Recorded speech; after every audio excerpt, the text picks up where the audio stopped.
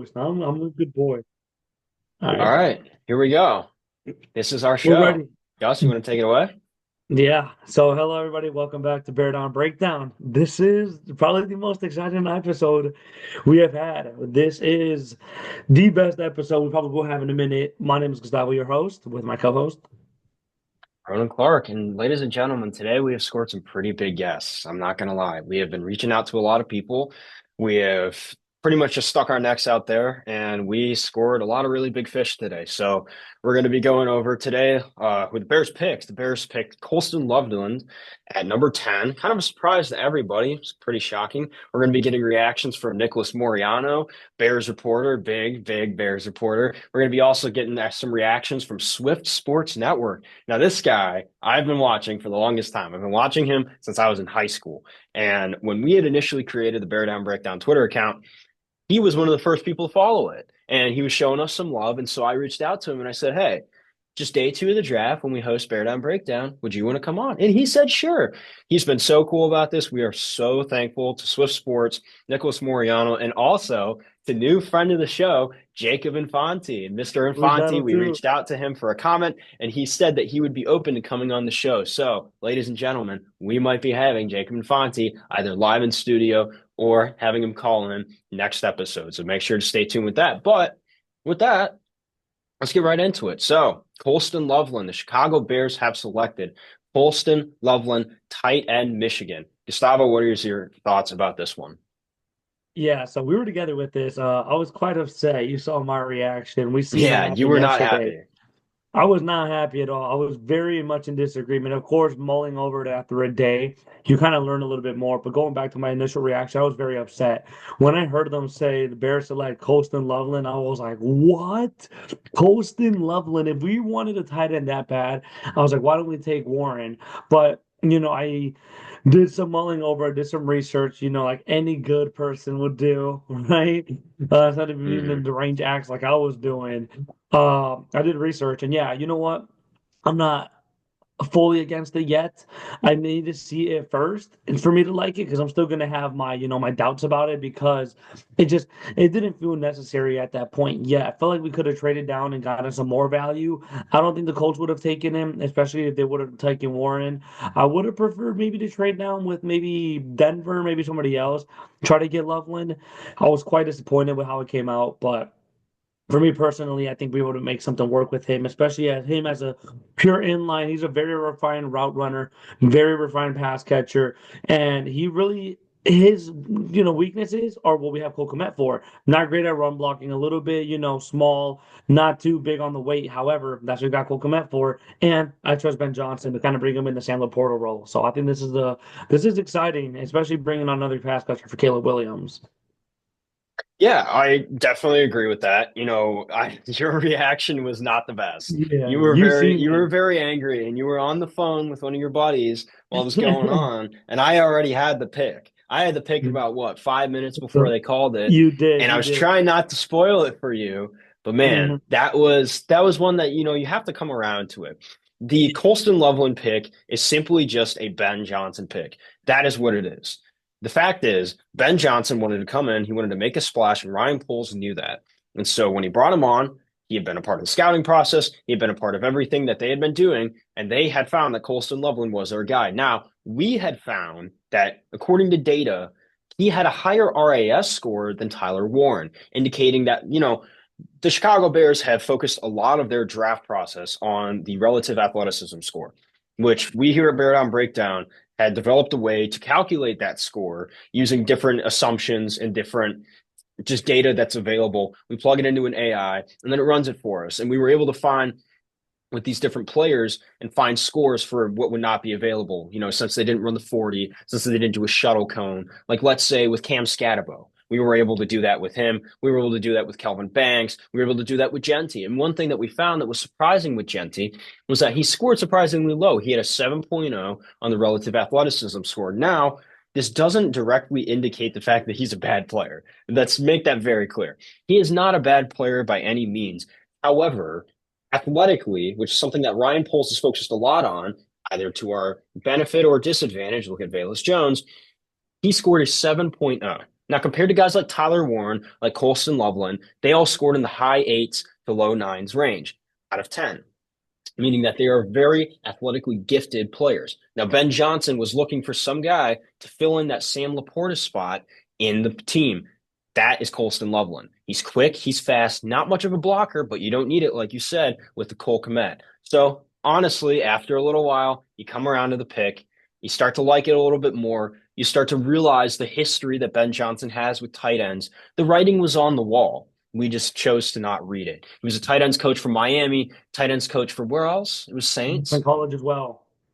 and in college. So Ben Johnson knows how to scout tight ends. He knows what he's looking for, and he clearly had a plan in place. So did Ryan Pohl. So honestly, I'm not opposed to the pick.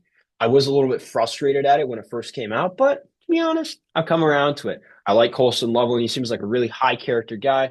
So with that, just to recap, Chicago Bears with the 10th overall pick have selected tight end Colston Loveland out of the University of Michigan. He is 6'6", 248, is likely going to bulk up a little bit, but Loveland is set to fill the Sam Laporta role in the new Ben Johnson offense on the Chicago Bears. Now, we still don't know who's going to be taken in the second round, but we're going to get into that soon. So stay tuned with that. But that's it for Colston Loveland. That's our reactions. We feel, it's iffy. A lot of what's going on is going to be very, especially in these coming rounds, which are going to get great takes for Nicholas Moreano, Swift Sports. So make I'm sure to watch excited. for that. But honestly, you have to come around to the Loveland pick. That's something you have to go and look at the tape. You have to go and look at the history. And then I think after that, you will find that it is definitely the right pick for us. But with that, we're going to go ahead and let some of our guests know that we are ready for them. But until then, let's go through the first couple picks in the draft. So the first one was We Cam are. Ward. Obviously, that Yeah. was kind of the consensus guy. So we're cool with And that. then the Second overall second, pick. Now the second. And that got let me take over interesting. with Got a that little bit one. crazy. Yeah, a little bit crazy. The Jaguars trade up for Travis Hunter. Now, And there he was was no blue chip pre-draft talks prospecting. about this. No. Well, there was talks about the Jags possibly trading up or trading down, either with us or with the Browns, who they eventually ended up trading with. That kind of heated up later on. But as we saw, there was fire with the smoke, and it happened. And it put us in kind of a weird spot because we weren't able to go and get the guy that we all thought that we wanted, which was Aston Genty. We instead end up with Colson Loveland when we thought we were going to get Tyler Warren, who then slipped to the Colts. Now, everybody else in the first, it makes sense. And here we are. Ladies and gentlemen, I'd like to introduce to you Swift Sports. Guys, come on, give a nice warm welcome to I'm Swifty. excited. There he is. Wait a minute. He has How are we doing, arrived. Mr. Swift? He has Can't hear you guys. arrived. Hold on. Oh no. Uh, Hopefully, can hear us. Man, how about that setup, huh? I know. settings. Look at Let's that. see. We should have audio. Let's see if we can do what's Yeah, going let's on. see. I don't think he has audio. You hear? I don't think he can hear. Type We in got, the chat. yes, there we go. Oh, there we Awesome. go. Well, ladies and gentlemen, we It are very worked. happy to introduce to you Swift Sports. Just a little personal note. I have been watching this guy for the longest time now, since high school. This guy has been one of my number one sources for pretty much all the Bears news. So to have him on the show is awesome. But Mr. Swift, if you want to take it away, just introduce yourself to our audience. Let the people know.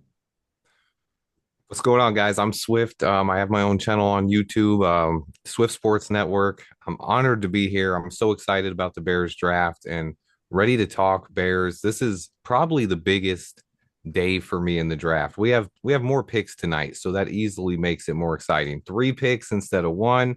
Even if you don't like one of them or even 2, we're pretty sure going to get a guy we like tonight. So I'm so excited for it, man. It's an honor to be here to chop it up. Hey, this is honestly the best, man. Our honor, man. This is Gustavo and I have awesome. both been massive fans, and when we saw that you had followed us on Twitter, we had to ask. So, without further ado, let's get right into it. So, as we all know, the Chicago Bears with the 10th overall pick have selected Colston Loveland, tight end out of Michigan. Now, who would you have picked with that 10th overall pick? And then where do you think that Colston Loveland fits into the Ben Johnson timeline?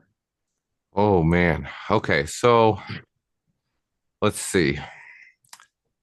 If I was on the board there, it's tough because I can't argue with what the Bears took because it was a Ben Johnson pick. And to me, the whole draft process has been trying to figure out who Ben Johnson would take. And he answered that question for us last night.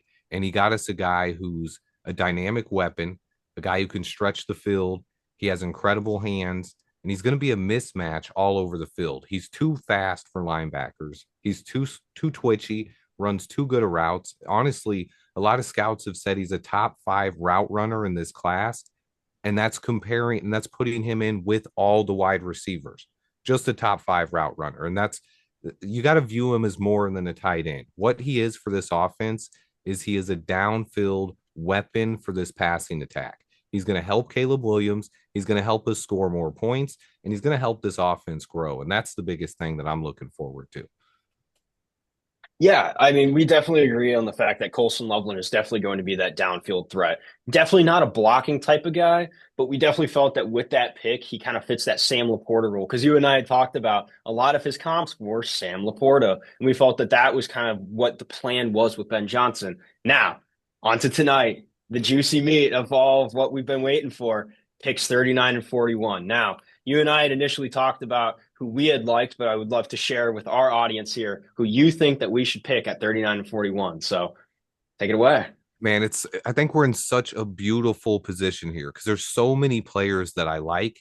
And now that we got Colston Loveland, you can take the tight ends off the board. We got that weapon for the offense. What else are we going to get? Can we get another weapon for the offense, or is it Dennis Allen's turn and time to get something for the defense? To me, we're setting in just a perfect spot right now to grab a defensive end and help this pass rush. The board is absolutely loaded. When you're looking at my top players on the board right now, they're all pass rushers.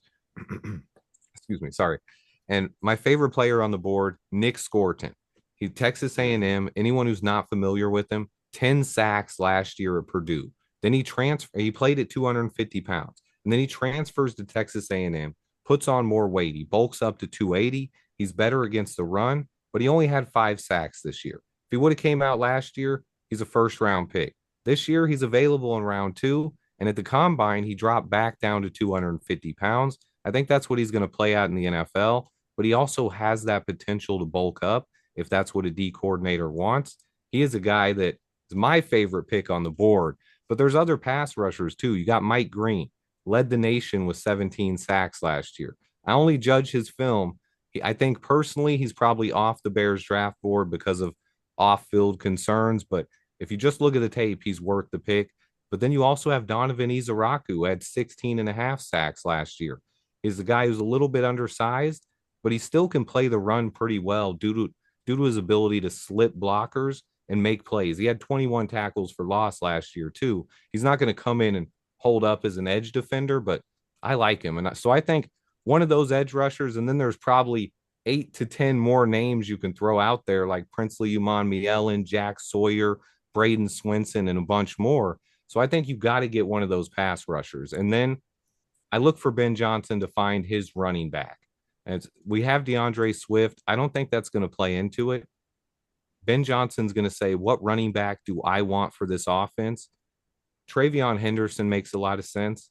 If it's not him, I love Quinshon Judkins, Caleb Johnson. So there's a lot of guys there. And then other than that, you could go safety, you could go offensive line, but my 2 biggest needs right now would be defensive end and running back. I think wide receiver might have been a need before, but with Colston Loveland, he's pretty much a receiver. He's as much of a receiver he is as a tight end. So he's a guy who's going to be that weapon in your offense that we don't really need to take a wide receiver in round 2 right now. That's interesting. Gustavo, do you want to take it away with the final 2 questions here? Yeah, so absolutely. I just wanted to base off of that with. I agree with you 100%. I've been a fan of Nick Gordon since his Purdue days. I do think he plays naturally at a lighter position because I don't think we really need size right now. You kind of got that size with Diota Bango. He's already running at a pretty big weight at 6'6", around 280. So he's kind of lead the pass rush, kind of the power guy that you kind of expect to have. And then Montez Moore is your technical guy, good with his hands. I like his deep bag of pass rush moves. So my next questions would be to you that if you have a chance to. I've also seen other things. I'm going to go off a little of the questions that we had, Ronan. But if we're getting an offer at 41 to trade out, and we have a running back that we like, are you willing to trade Oh, out he's and gonna get? cook something up here. Because Oh, we really do not have that many picks on the boards besides 5 and 7. We're kind of lacking in the third round after that one pick. We don't really have a fourth round pick. And then next year, we're kind of running low on picks as well. So if we have an option to trade out of 41, not 39, 41, are you doing it and for what? man, you nailed that on the head. I think that's the perfect opportunity to trade. I think at 39, what I would do is you got to take the best player available, either that pass rusher, or if you really want the running back, or if even if Nick Manawari at safety falls, you take the best player on the board at 39. And then at 41, you're like, there's a lot of depth here, and we don't have a fourth round pick. We want more flexibility. I believe we're going to have a lot more offers for pick 41 than we had for pick 10 last night. Now, what we get exactly, you only have to move back about 5 spots there to pick up a fourth round pick. So I'm willing to move down even up to 10 picks if that gets us a late third round pick. And all of a sudden we have that pick and then 2 more picks today, and we have 4 picks. So I'm all for trading pick 41. It has to be realistic, and someone has to make us an offer. But when you look at the players on the board now, we're only 7 picks away from being on the board at 41. And that's after we pick at 39. So there's a lot more than 7 players on the board right now that are first round caliber players. So there's definitely a team out there that can, it's going to see one of these guys. Even imagine Luther Burden still on the board. We don't need a wide receiver.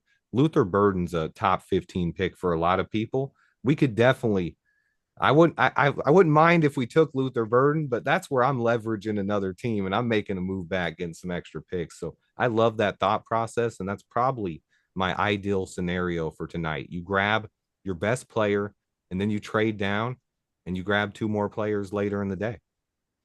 That's exactly why I brought it up. I was thinking about that scenario last night after the Loveland pick, because like you mentioned, it kind of previously eliminates some needs we have. I think of him as a really big slot receiver. You can stick him in the slot, so that kind of eliminates the need for him. And there's teams that are still pretty wide receiver needy, so Luther Burden could be kind of an attractive piece to these teams that want to move up. I think we stick and pick at 39, go get one of these edge rushers, or if not, the running back, whoever it may be, take BPA right then and there.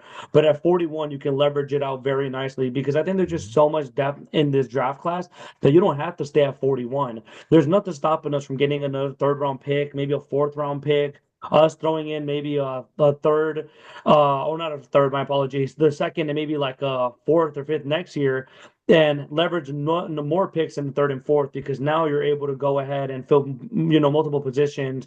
We can go ahead and get a running back if we want, if we didn't already. We can go ahead and target potentially another DN or maybe linebacker that Sanborn gone. I've been looking at Chris Paul Jr. at Ole Miss. We have a couple options, and that kind of leads me to the next question here. Is there any late round gems that you've been looking at, especially since we're thinking about trading back? Yeah, I think the 2 positions that really stand out this year, if you're looking to get someone later in the draft, are running back and defensive line. I think both those positions, there's going to be some guys late. At running back, a couple of the guys I think could fall. I really like Brashard Smith. He's a name to watch for the Bears. If we don't take a running back in round 2, watch out for Brashard Smith out of SMU at pick 72. He can fly. He ran a 4.39. He used to be a receiver. He can catch. He'd be a weapon on offense. Another couple fast guys. You got Jaden Blue out of Texas and Bashul Tootin out of Virginia Tech. And then a couple guys, the other version there, a hammer, more of a physical running style. I like Damian Martinez out of Miami. And I also, late round, you can probably get Ollie Gordon in round 7. And Ollie Gordon, if you look at his 2023 tape, he looks like a first or second round pick. I don't know exactly what happened this year, but I would take him in the 7th round just based on his 2023 tape alone, even if he was 10 times worse this season. So I like him as a late round sleeper. I'll throw a tight end out there that we're not going to take, but watch where this guy goes because he's intriguing. Jalen Conyers out of Texas Tech. He's an intriguing player. I also like D line. I'll give you Jamari Caldwell out of Oregon. He played next to Derek Harmon, so he didn't get a lot of hype, but he's a guy who's going to go somewhere in round 5, and he's going to make a team and be a good player. I also like a couple late round safeties if we don't get one early. We can get Billy Bowman out of Oklahoma or Malachi Moore out of Alabama is another guy who he can come in here and potentially end up being a starter in a year or two. And I wouldn't be mad at it. Get We talked ourselves about the another round fourth round safeties. Bama guy. Yeah, Another I fourth round mean, Bama guy. Who does that sound like? Eddie just Jackson, like baby. Eddie, we've seen it, Mm-hmm. and I've been seeing a Mm-hmm. lot of buzz. I'm not sure if you're familiar with him, Andrew Makuba out of Texas. There's been a Oh yeah. lot of buzz with him. People really like him over Watts and Starks. I Mm. want your opinion on him. Let's just say the Bears stick and take him at 39. Would you be content with that? People seem to really, really like Makuba, and I like him personally. I just don't know if I would take him at that point, especially if it's a Dennis Allen pick. I definitely myself personally, I wouldn't take him over Xavier Watts. I think Xavier Watts is a stud. He's a guy who's gonna be a center fielder, play that free safety role, and he can get interceptions, man. The way he can jump the ball and his ball skills are great. I would love to have Xavier Watts, but Makuba's a good player, man. He's a sleeper. I have him just slightly down my board, but the biggest challenge with this draft, and a lot of the draft analysts said it going into it, is after you get past the first couple players, all these teams are basically just going with the best fit because all these players are ranked similarly. So you can't really argue if someone takes them a couple picks higher. It's not a normal year like that. But personally, I do like Makuba. He's a guy who I've had on my sleeper list. I didn't include him in my deep sleepers because I do think he gets drafted today. He's a second or third round pick. I would prefer, my dream would be if we could land him at 72. I'd much rather take him at 72 than 39.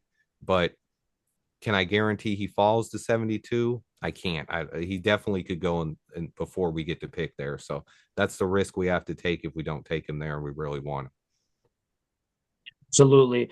I don't think he really falls to 72 just because there's been a lot of traction lately on him, and teams are looking to get safeties like Emirari. You're seeing that Watts is still available. You're getting, I believe, Kevin Winston out of Penn State is still available. Makuba still available. There's some really good options here at safety still available. So there's a chance he falls, but I mean, there's a lot of safety needy teams. Like these teams are not paying these old guys anymore like they used to, and they're just go ahead and sticking and picking, developing. Like I've noticed that with the Rams, the Rams have really developed their young safeties well, and I feel like teams are starting to take safeties a little bit earlier on because they kind of use them in hybrid roles, kind of like what the Lions are doing with Brian Branch. So we're gonna see if Makuba even falls to us because I'd be a fan if we take him, have him learn under Byard for about a year, last remaining year of his contract, and just set him up with Brisker and see what could work with him. But Ronan, I pass it on to you and see what you could bring it on. And Swift, go ahead, give me any Yeah. thoughts on any players I brought up. Yeah, I think Makuba is a great player. I think if it came down to that, would I want to take him at 39? I'd rather take him at 41 or do like the scenario me and Gustavo talked about, where you trade back from 41 and hope to still get him. But my impression maybe is what the opinion I took from you is you don't think he'll be there if we trade down from 41. Yeah. I mean, maybe it really just depends. I would love for him to be there. And there's a chance he does. Like we've seen these players fall. I didn't Like think not that. not at 72, like just if we trade down like 5 spots from Of 41. course. Yeah. I and it's so weird. Maybe he might be like if we're still talking about the second round, there's a very good chance he still sticks around. But the teams reach all the time. Like Oh we yeah. saw it yesterday. I did not think that the Giants would trade back up for Dart. That's one. And then I didn't think that Michael Williams would go that early. People were even saying he would slip out the first round. And Kenneth Grant, I like him a lot. Still fell a little bit early for him. James Pierce trading up a first for him. People called it a terrible pick. Omari and Hampton was a reach in my opinion at 22 for the Chargers. Like I there's was hoping both of reach. the Ohio State guys fell, Donovan Jackson and Tyleek Williams, and they went to Yeah, NFC Tyreek North was a teams. reach in my opinion too. So I mean, he's a great player. We know the Lions are known for reaching. Like Jack Campbell a couple years ago in that same draft with Jahmyr Gibbs. Like they're known for reaching, but like that should kind of be indicative of like, whoa, they might reach for Makuba, and there's a very good chance. And those 5 picks that come after us, if you trade back 5 or 10 picks per se, he might be gone. Like a team could trade up as well and take him from us if they really like the player. It truly depends, fit, scheme, and how much of a team may be enamored with a player like Makuba. Yeah, man, I love it. I love it, man. There's a lot of good players in this draft. What do you got for me, Yeah, this is Ronan? a good draft class. All right. Yeah. We do have to wrap up here. We have Moreano coming on. Mr. Swift, This has been awesome. We are so thankful for having you on. This has been genuinely a dream come true here. Super excited to work with you in the future, man. This has been incredible. You're genuinely one of the smartest people I know. It's this Bears stuff. So we're so thankful to have you on. We hope to have you on. Maybe at some point we'll get you on the actual radio show. We broadcast that out to our audience. But until then, we are so thankful to have you on. If you want to plug anything that you have going on, we'll be sure to publish that. So go right ahead. Hey man, I'm ready for the draft tonight. I'm excited. I think it's a great time for Bears fans. If you're a Bears fan, I think it's an exciting time. The future is very bright. Check me out on Swift Sports Network on YouTube. And man, it was an honor to be here. You guys are awesome, and I'm look forward to chopping it up with you anytime. Thanks for having me on. Thank you, Mr. Swift. Take care. Honor to have you, brother. All right, take it easy. Bear down. That was great. That All right. was so awesome. Swift, I know. genuinely one of the smartest guys. Dude, he loved my question about trading back. I know. Yeah, he is. That is a smart guy that we just had on it's okay to go off script, dude. He loved that stuff. Yeah. But hey, ladies and gentlemen, that has been an amazing first real guest that we had. We are waiting to hear back from Mr. Moreano that will be joining us soon. But that was some great takes there. That was a lot of information that we just got. He is so knowledgeable. I am so happy. I am so happy that we were able to bring him on. He's smart, dude. Because of just not for the fact I used to watch his videos. You know what I mean? I used to watch his videos all the time. Like I would fall asleep to that guy. So like hearing his voice in my headphones, I'm like drifting asleep. I'm like, wait a minute, we're live. It was crazy. But genuinely massive shout out to Swift Sports. Go follow him on all platforms. He is genuinely one of the hardest working Bears content creators that I know out there and gets like no attention sometimes for it, which is ridiculous. Make sure you go and follow him. We're going to put it like right here where you can see it. Swift Sports Network. You better go follow it. Either there, here, wherever. Yeah. Well, ladies and gentlemen, that has been an incredible first segment. We are now waiting to hear back from Mr. Moreano, who will be coming to us live from Halas Hall with his take. So until then, let's chop it up a little bit. Huh? Yeah, I mean, he just met with Loveland right now, by the way. So this is huge. He just finished a meeting with him. I want to kick things off just with that, just to talk about Swift a little bit. What a knowledgeable guy. You could tell he really puts passion and time into this, because any player I brought up, he was instantly familiar with it. Like a lot of people aren't familiar with Andrew McCuba. He knows ball. He knows ball. He was so quick about it. He was so fond about trading back. I mean, can I get your opinions on potentially trading back?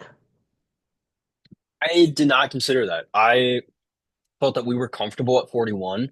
In my opinion, if we do take the route that you had said, where either we go and address the issue of an edge rusher, let's say we get Scorton, let's say we get Green, but he said that Green is likely off the board. So let's say we get Scorton. Now, he talked about the Ben Johnson running back pick. I like that thinking. That's where my head is at. So personally, I see us taking a running back either at 39 or 41. Alternatively, there's a lot of depth, like he had mentioned, in those third rounds, fourth rounds. We can always get a guy like Cam Scatabo, get the who was the other guy that he mentioned? George Smith out of SMU. Remember what he said? SMU running back. Favorite interview, don't forget. A lot of guys that we can get for this team. But with that's been the Swift interview. That was great. So now we are just waiting on Mr. Moreano. Hopefully he can join us if he's not too busy. But now we wait. That was great. Swift has been awesome throughout this entire process. I just have to say, he's been so courteous in helping us and has been so flexible. Genuinely one of the coolest guys that we have interacted with. So make sure you guys go and follow him wherever you can. Genuinely one of the coolest dudes you'll find. He responds like so many people. He's always on Twitter and he's always responding to people. So make sure you show him some love. But we are nearing the Nicholas Moreano interview. This is about to get real. It's about to get serious. So, when we interview him, you can go ahead and start. Dude, I'm so excited right now. I will take it away. And kick us off, and then you pass it on to me with whatever you feel would be necessary. So we can get him in for 4:30 to about 5. What I'm going to do is I'll take it away with the first one. You can ask him if there were any trade talks with Pittsburgh at 10 for Sanders or any just trade talks in general. Yeah, I need Trade that. That talks. was that's what I was wondering. Was there any time they contemplated picking up the phone? Yeah. Okay. So any trade talks at 10? If you're Ryan Poles, what do you do with 39 and 41? Late round gems and direction for the Bears post Loveland pick. All right. Yeah, we got ourselves a good thing. We don't have that buffer of the advertisement in the middle. We That's just brutal. That's we can just do brutal. it for like But 10 minutes and just chill. we just keep going and keep going and keep going. And That's what we're ladies here and for. gentlemen, we are now going live from Halas Hall. We have our very special guest, Mr. Nicholas Moreano. Mr. Moreano, welcome to the show. How's it going, you guys? We are so Oh stoked. We man. just had Swift Sports Network on, and now we get to have you. This is genuinely the coolest day that we have had here at BearDown Breakdown. This is It's the so best cool. day of my So, life Mr. right now, Moreano, man. without further ado, we won't take up too much of your time. We got some questions here for you if you're ready for that. But right now, how are we feeling about the Colson Loveland pick? Directionally, what do you think it signals for the Bears? And if you were Ryan Poles, would you have taken Colson Loveland at 10? Yeah, no, I'm feeling pretty good about it, you guys. When you think about just what Colston Loveland can do for Ben Johnson's offense, it just kind of opens up and expands the possibilities. When you watch him, he moves like a wide receiver, but in a tight end body. And when you think about the complement that he's going to provide for Cole Kmet, that more traditional inline wide tight end.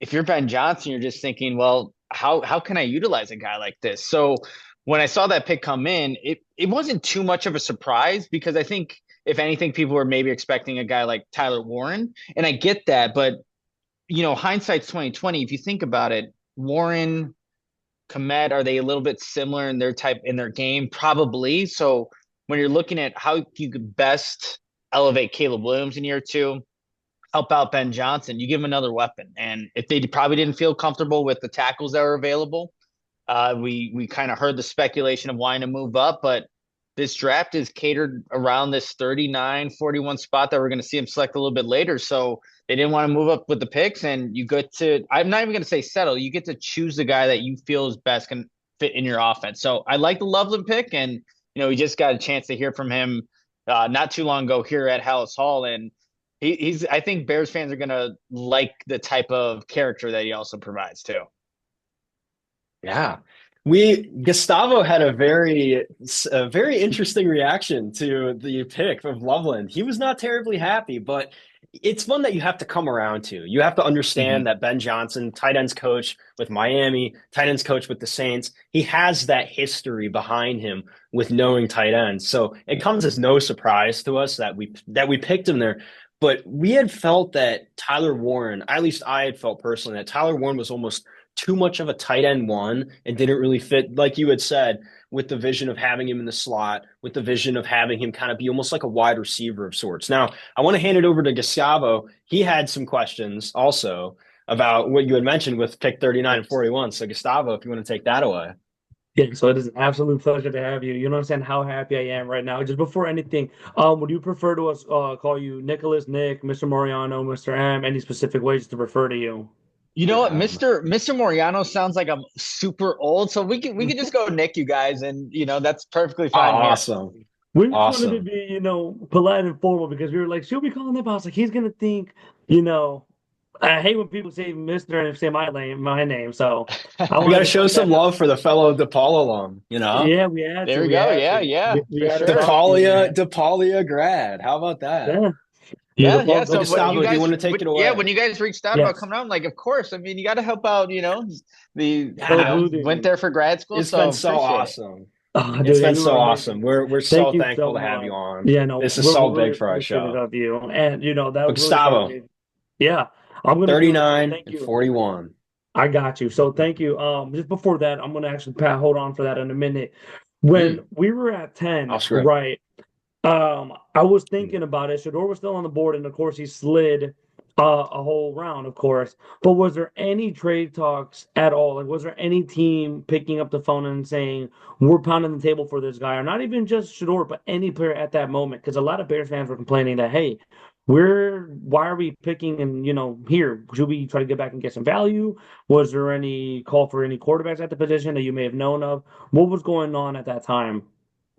Yeah, I think just for the Bears, speaking on about them, I mean, they definitely were looking to try to move up and just try to see, what could be the possibility there. And you got to go on your board and you got to feel comfortable with what you would have to give up to move up to, let's say, six, where Ashton Genty ultimately went to the Las Vegas Raiders. So they made calls, they fielded calls, and they wanted to at least explore that option. And I'm sure, would Ben Johnson have loved to have a guy like Ashton Genty? No doubt about it. He is by far the best running back in this class, but there is a certain price and a certain criteria you have to have if you're a team, if you're looking to move up that much, and also what you're willing to give up. But yeah, I think at that point, once the Bears made that pick at 10-2 with Colston Loveland, Ian Rappaport came out with an interesting tweet about, like, that was a guy that people were actually looking to move up to go get, was Loveland. So after that pick had happened, you didn't see a trade in the first round until what, 25 at least. But prior, when Loveland was still available, there were calls, but once the Bears took him off, you didn't see much of the trading happening. So, again, that's the beauty of the draft, right? We just don't know what teams they actually, what they want or what they're willing to give up. And, kind of started all at 2 and 3 and like seeing everything kind of switching around there. But yeah, after the Bears, found out that they weren't going to move up, they decided, hey, let's stay put, get our guy at Loveland at 10, and, get another playmaker for Caleb Williams. Yeah, it was so fantastic. Now, I was thinking about in it. regard to the Go ahead. draft, I've been trying to get Gustavo to take this question, but he actually had the one question that I wanted. So now we're going to get into 39 and 41. So we had just gotten off with Swift, and he had said that we're likely looking to make a Dennis Allen move. Now, at 39 and 41, we had also had conversations with him about trading back at 41. Now, we just want to hear your opinion. Who do you want us to take at 39 or 41? Or do we move back, get more picks, maybe kind of look more into the fourth round for depth? What's your thoughts on that? Well, I think this is a really good opportunity. You're looking at 39-41 to get a quality edge rusher, if that's what the Bears are kind of identifying at this point in time. So, I mean, I would look at, guys like JT Tuimoloau from Ohio State. I think he fits the build of what Dennis Allen would like to do, or would like to have from the defensive end spot. So that's definitely a guy that just on the radar. Jordan Birch from Oregon also kind of fits the physical makeup as well. The kid from Boston College, Donovan, it also would be somebody I think that could fit in Dennis Allen's scheme. So I think there is value with the edge rusher position. But, I would say this: if you're looking to get that next wave of running backs, if they're available at 39, this would be the time to do it. If you're looking at Judkins or Travion Henderson, or I also went to the University of Iowa, so Caleb Johnson's the guy that I'm, just kind of leaning towards a little bit here too. Like, I think you would have to do that at 39-41 if you want to get that next wave of running backs. So I think those are definitely on the table. There are a couple of safeties as well if you're potentially looking to upgrade the secondary for the future after Kevin Byard, Jaquan Brisker, both on this last year that they're under contract. So those are definitely still within the realm of possibility. And then, the biggest next need would probably be if you're identified left tackle.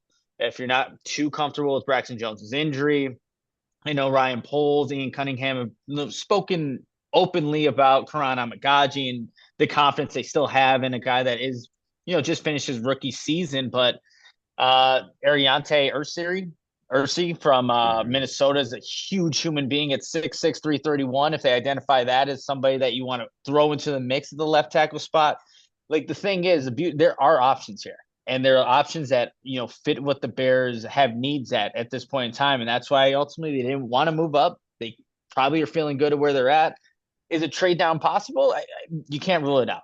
You can't rule it out. But I just feel like how this draft is set up, they're going to be in a position at 39 and 41 to not only take good players, but players that can make an immediate impact in year one. Now, I wanted to go back to that. And you had talked about Amagaji. And that the fact that the Bears seem to be really they want to stick by him. Now, this is something that I noticed with a lot of Ryan Poles' draft picks, especially those later round guys. You saw it with Velus Jones, where they had kind of kept him around for a while, even after he had kind of started to regress. Do you think that maybe Ryan Poles believes too much in his own picks sometimes? Because you've seen that, especially into the later rounds, the guys that he picks, they're questionable. Velus Jones, 25, coming out of college, didn't really put it together too well. Amagaji might be a local guy, which is one of kind of our draft plans. However, hasn't really put it together. So do you think that Ryan Poles, at least in his head, is keeping these guys around simply to defend his own draft picks? Or does he actually see something that we're not seeing, at least on tape? I think it's a little bit of both. And I think, in the NFL, there's a lot of egos. And not to say that Ryan Poles has a huge ego, but when you make a selection and obviously you have conviction about these picks, you want to see it play out, even if, it's trending in a direction that you don't want it to see. And for a guy like Velas, I mean, after that opening kickoff or, that first game in week 1 against Tennessee Titans, he basically kicks the ball over to the Titans. Like, you can't trust him anymore at that point. And that's where the writing was on the wall for a guy like Velus Jones. So I'm curious, like, going into even this year, other third round draft picks, you look at Zach Pickens at this point. At the back half of the year, you guys, he was a healthy scratch. And this was a defensive line that just needed defensive linemen to play. And he was a healthy scratch at some points during the season. So I think for Ryan Poles, of course, you want to see these draft picks maybe go through this adversity and come out on the other side of it. But at some point you do have to cut your losses. And he did that with Velas probably a year too late. And I just don't think he would make a decision right here, right now on Karan Amagaji. But if you draft another left tackle, I mean, that kind of tells you what you think of your current guys that you currently have, especially if he's looking to, compete. So I think a lot of GMs though are going to be like this, where you make a pick, even if, especially recent, you want to see it play out. They're on rookie contracts too, so financially it doesn't hurt you all too much, especially if you draft them later. But yeah, it's something where you want to see Ryan Poles, especially in that third round, you guys. He just needs to get better at selecting people, and 72 is obviously on deck for today. So let's see if Ryan Poles can show some improvement in that area and get what should be another guy that could be should be someone that contributes in year 1. Now, going off of that, this will be Gustavo's question, but late round gems. Gustavo, do you have anything for that? Oh, this guy's still muted. Oh, buddy. Oh, good, man. Hey, Oh, Zoom. no. Oh, no. I was muted. I was not muted. My Wi-Fi literally just like like I've been there. I heard Nick talk about Karan Amagaji that they just shut off for like 3 minutes. So my apology. Oh no. But yeah, we're back. We're back. We're back now. We're back. I promise Wi-Fi is fixed. Worst time. This is why we prefer to do it live because there's no Wi-Fi issues live. But it's all right, stuff happens. And talking about stuff happens. Oh no! Gustavo was so close to landing the question. Close. What, is it not going through?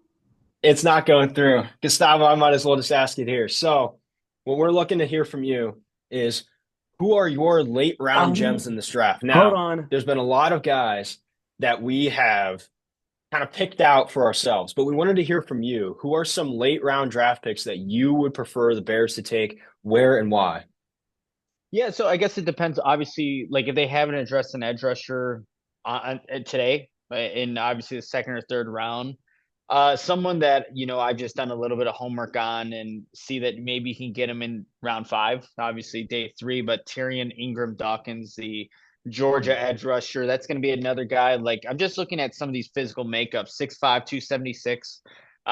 Somebody that would fit what Dennis Allen's looking for, someone that's still more of a project. And I think that's going to be, when you're looking at some of these day 3 picks, it's like, who has the physical intangibles and obviously just needs to get the right coaching, the right system, the right veteran players around them to kind of bring that out for this player to kind of develop and be what they want him to be. So I think that's, one of the guys that I've identified. And for whatever reason, whenever I've done some of these mock drafts, wide receivers in the back half have always been, for whatever reason, somebody that I picked. The Bears have shown a little bit of their hand that wanting to get some speed on the team. Like you get Olamide Zaccheaus from Washington. You have Tyler Scott. You have Devin Duvernay.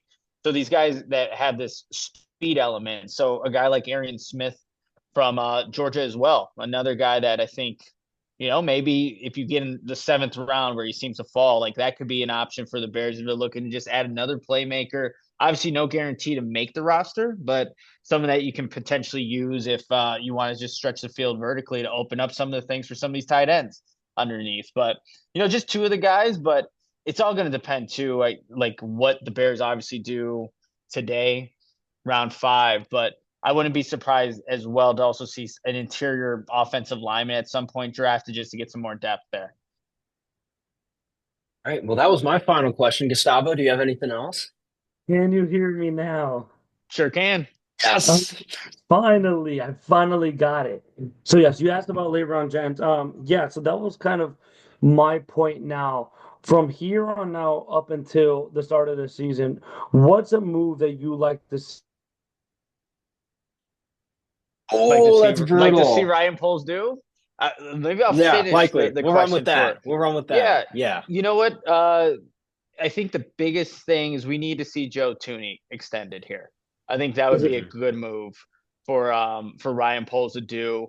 Gustavo, you cut out there, but I think it's just a move Yeah. that you want to see. And you know what? yes? I think Joe Tooney getting extended would be something that you want to see Ryan Poles get done. Especially, look, guys, last year Ryan Poles traded a 4th-round draft pick to get Keenan Allen. It was a 1-year deal, and did he do some good things for this Bears football team? Absolutely. And, just the development of Rome and also to help out Caleb Williams. But you trade a 4th-rounder for 1 season of Keenan Allen. You can't trade a 2026 4th-rounder for Joe Tooney and that be it.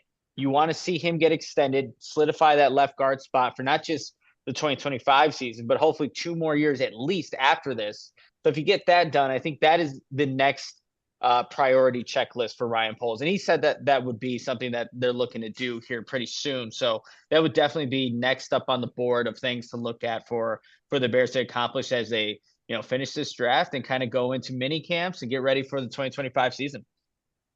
Yeah, All thank you. right. You got it exactly Yeah. right. My question to go through. I actually brought that up. I talked about Tooney before I cut off, but yeah, I'm glad you Perfect. kind of covered it. Oh, Extension is huge. So connection. he read my mind. So I'm glad it worked because the connection is being really bad right now.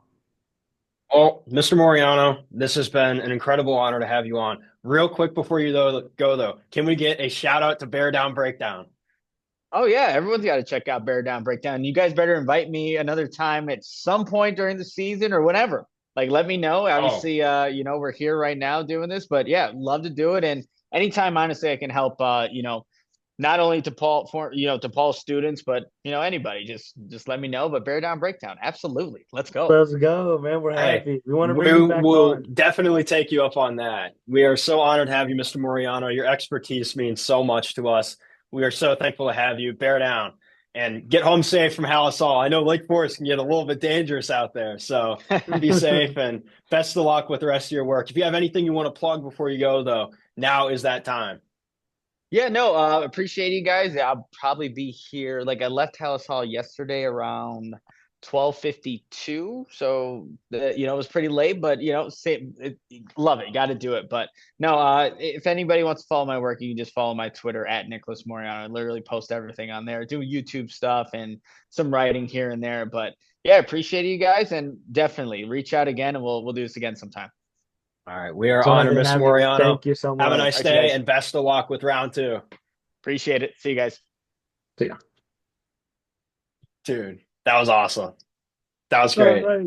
We can end it now. My Wi-Fi sold me so hard, dude. Well, ladies and gentlemen, this has been a very, very special episode of Bear Down Breakdown. Oh, we have one more thing. One more thing. We have comments from Chicago's very own Jacob Infanti. He had sent us a message and actually is going to be coming on the show very soon. But I'll go ahead and play what we had gotten from Mr. Infanti. He was on his way to Green Bay, and Mr. Infanti had very graciously given us his predictions, which actually included Colston Lovestead, right? You That's his knew. name? Am I getting that wrong? No, Loveland. Loveland, Colston Loveland. So we had actually reached out to Jacob Infanti, who had responded very quickly, and in his predictions had actually alluded to us taking Colston Loveland. So without further ado, I'm going to see if I can go ahead and play this here for the masses before we go. If not, I will screen share.